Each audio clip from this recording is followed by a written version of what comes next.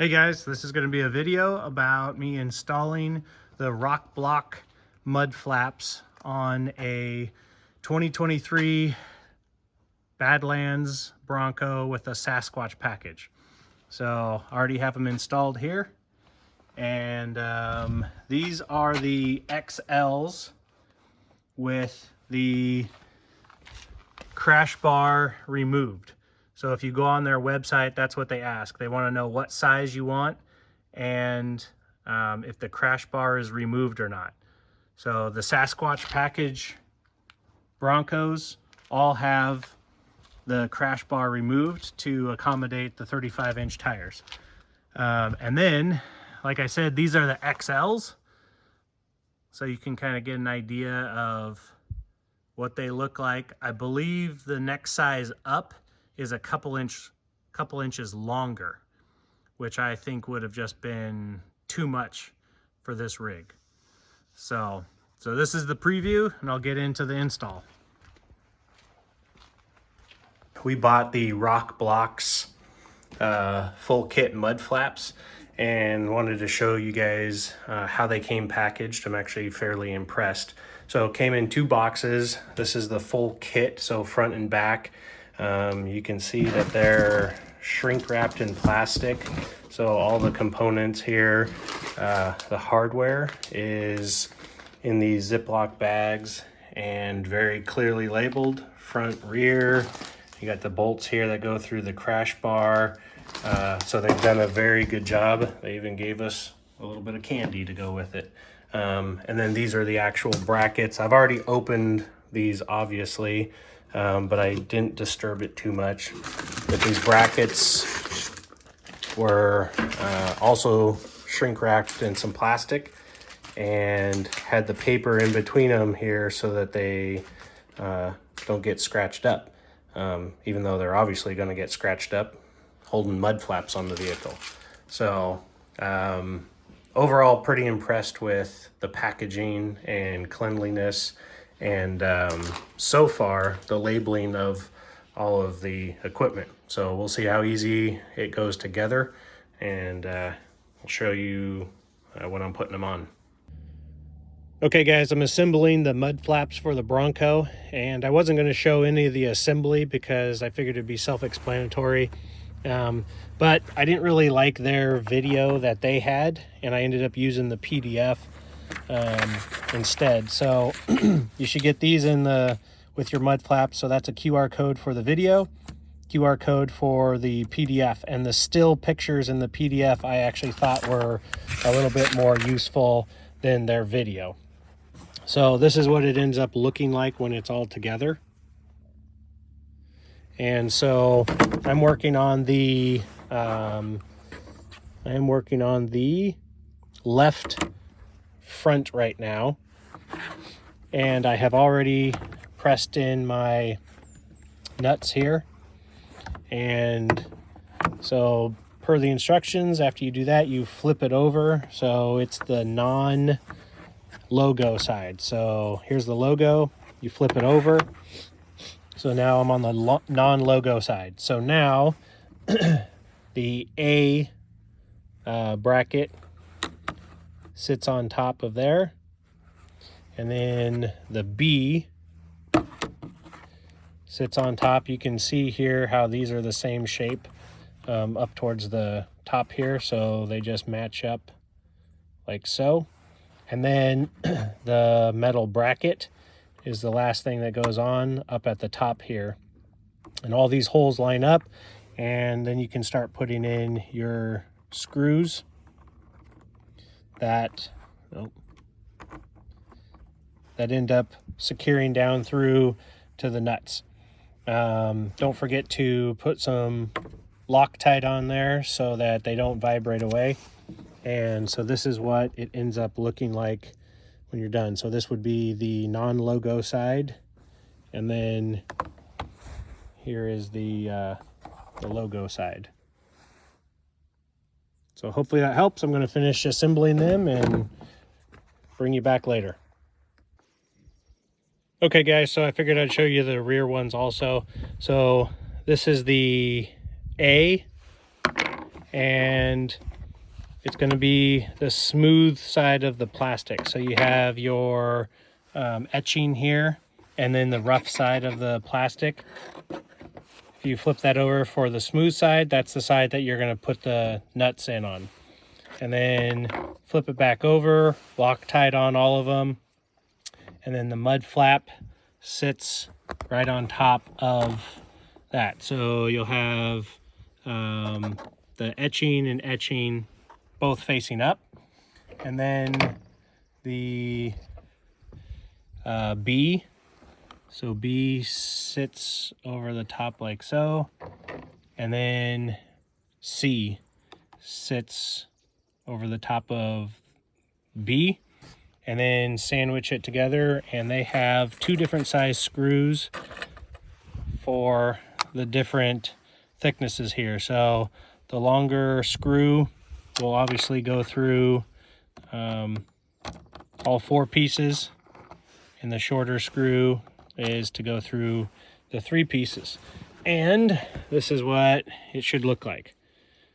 So mud flap here, those 2 pieces are stacked up, and then this is what it looks like on the back side. Okay guys, I'm under the Bronco here. I am currently looking at the left rear, or driver side rear, and I'm going to install the mud flap here. So this nut and this nut comes off, and you reuse those, and the bracket slides up onto there, and they gave you washers to then put the washers on and then reinstall the nuts. Okay guys, I figured I'd show you this. So I'm still on the left rear, or driver's side rear, and this is what it will look like installed. So I wanted to put it all together so you could kind of see how it should look prior to actually mounting the bracket on there. So this would be facing the tire. So front of the vehicle, and this is how it's going to go. So it'll actually be positioned a little bit at an angle. So yeah, and then these are the removable screws right there, so you can take these off and put them back on at will. Okay guys, here it is. So rear driver side installed. So I made a slight modification. So their tolerances are really tight, which is good because it doesn't allow a whole lot of movement, so they don't look all wonky, and you don't have to spend a whole lot of time adjusting them to get them to look the same from side to side. So I do like how durable these things are. Everything is super beefy, and like I said, the tolerances are very tight on everything, which it just goes together and looks good from the get-go without a whole lot of adjustment. What I did was I did adjust, so I put some spacers on the bracket. So if I crawl under here, so up here, so this bracket is so tight, you can see this is the factory bumper here, and it's rubbing against those screw heads. And in fact, just trying to install the mud flap onto the bracket, those screw heads are scraping up the plastic of the factory bumper. So now that may not be a big deal, because as long as the mud flaps are on there, you'll never see it. And by the time you do take them off and see it, you know, it's not a brand new rig anymore, and your OCD may not be as bad as mine is. But it was really bad before I put some spacers in there.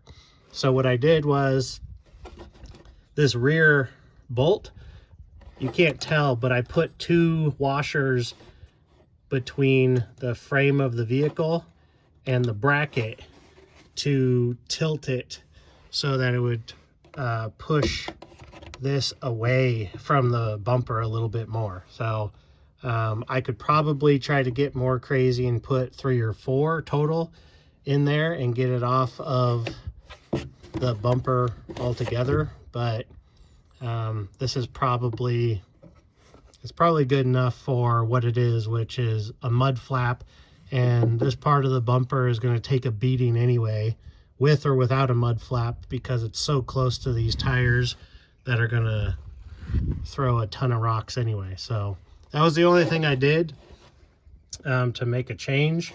Other than that, I'm pretty happy with it. It seems to be on nice and snug, and I think overall it looks pretty good.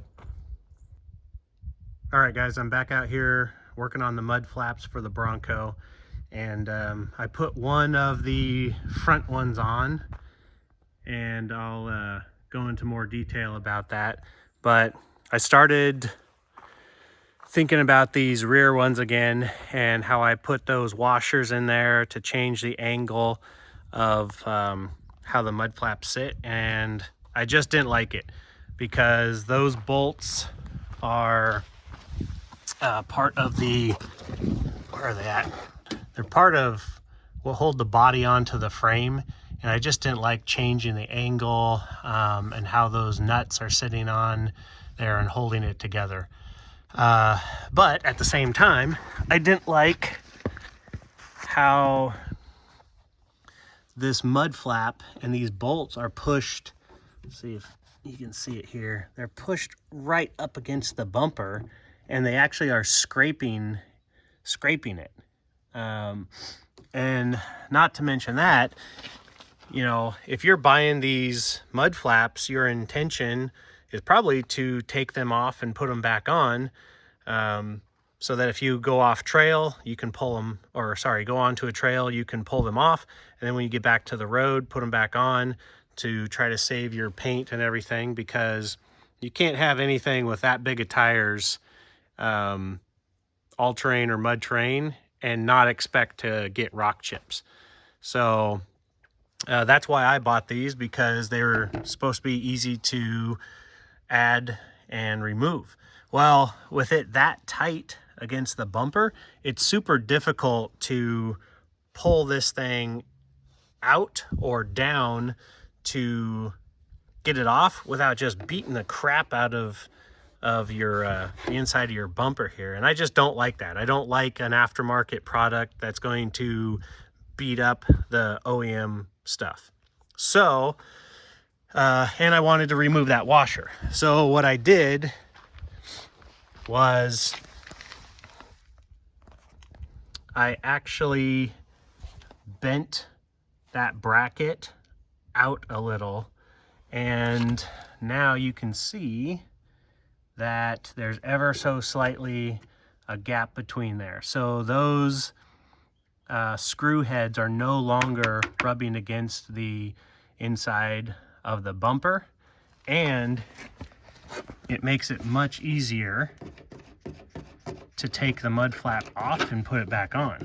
So pull the screws here, and this is going to be probably hard one-handed, but kind of a down and rotation of it, and then it just comes right off. So you can see, so you can see the gap between the inside of the bumper and the bracket here. So to put it back on, I found that kind of a up at an angle motion is kind of what works the best, and then it slides up into place, and then you can adjust it left and right to find the holes. So if I tried that on the other side, it would be super difficult, because try to get the phone to focus here. Super difficult because you're dragging all those screw heads across your bumper, and you're fighting that. So I'm going to take this apart. I'll show you how I bent the bracket to tweak it, and then show you what the result is. Okay guys, I'm under the rig here, and here's my mud flap. Here's the bracket up here. I had bent this bracket with the mud flap off, and then I realized it might be easier to get it dialed in with the mud flap on. So once you get it bolted up here and in position the best that you can, get this square with the vehicle. See if this is going to be difficult one-handed. So if you have a large crescent wrench, you can slip it over with a cloth to protect the paint, and then you can actually tweak it out where you want it. And I know it's probably tough to see, but I'm putting a little bit of pressure on it, and that mud flap is moving. So if I didn't have a video camera in my hand, then it would be much easier, but you can bend it out that way and then watch your clearance here, and you can actually just probably dial it in right where you would want it by using a crescent wrench like that. So that's probably going to be the easiest way for most people, since you can just bolt it onto the rig and a large crescent wrench force it out. And then, like I said, especially if you had somebody helping you, you'd be able to keep an eye on this reveal and then know when all of the screw heads and everything are off of the bumper. So there you go. Hopefully that stuff helps you guys out installing yours. All right, I'm over here installing the driver's side front mud flap, and since this is the Sasquatch package, the crash bar has been removed. But it comes with one of these bolts. Not quite sure why, but this bolt comes out, and they give you 2 bolts to bolt the bracket on. So this is what it looks like with the mud flap on the bracket. So this is the part of the mud flap that faces towards the back of the vehicle. So this is how it's going to go. So I figured you guys might want to see it outside here. Kind of gives you a good idea of what it's supposed to look like when it's done. The front ones, I think, install much easier and are much easier to take off and put back on compared to the back ones. And that's because when you undo these screws, there's no slot for them to slide into. It just separates. So the mud flap just moves away from the bracket, and then you just put it back onto the bracket and hook it up. So front ones are much easier. So I already did the other side. One of the things that I learned was it's pretty tight in there. So when you finally get the bracket back in there, it will feel like it isn't going to fit, especially when you go to put these long bolts in the holes. The fender stuff gets in the way here. So you just have to like really force it back in there, drop the bolts in, start the bolts by hand so you don't cross thread them. And then the next problem you're going to have is the socket and ratchet. So especially with this one way back here, you have to really like force the fender stuff back out of the way to get this on there to start bolting it down. And but once you get it going and get that mounted, the mud flap goes on super easy and has much better clearances and looks better than I think the back ones did. The back ones obviously I had to fight with. So I'll install this and then I'll show you the front ones. Okay, there we go. This one's installed. It probably took me all of 10 minutes, and that was with adjusting and comparing it to the other side to make sure that reveals were the same and all that stuff. So I really like the front ones.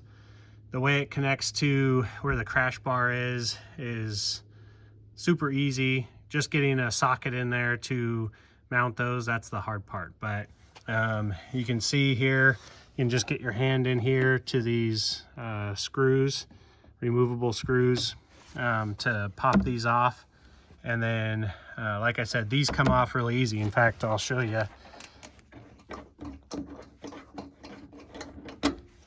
So I really like the front ones and how they go together and come apart. So it'll be easier with two hands because it already is going to want to fall apart or fall off. So it just pulls right off. And you can see these notches there, they line up with those notches. So there's no sliding it on to anything like the back. You literally just put it back up there like so, and then put the screws in. So yeah, front one's a little bit better, a little bit easier and smoother. So, but they're all on. I like them. The quality seems to be really good. I mean, this is some nice thick plastic. I think it will weather well. It'll take a beating from the rocks and hold up just fine. The gauge of steel that they used for these brackets is very impressive. I mean, I would say that's probably 3/16 steel that they used for the brackets. So that's impressive. I mean, because that's some pretty heavy steel. So, and you can see just by moving it here back and forth, you know, it's pretty sturdy back in here. So overall, I'm pretty happy. They're not cheap. Anybody that's gone online and looked for them know how expensive they are. I think these were 420 bucks for the 4 of them. So they're definitely not cheap. But I feel like the quality is there where they will last quite a while. So I'm not afraid to pay a decent amount of money for something that I get a good quality product and good use out of. So there you go. Hopefully this helps some people out. I will try to remember in a handful of months to maybe do a review of them and see how they're holding up and if I'm having any problems with them. And we'll go from there. So, so far, I would definitely recommend them as far as ease of install and look.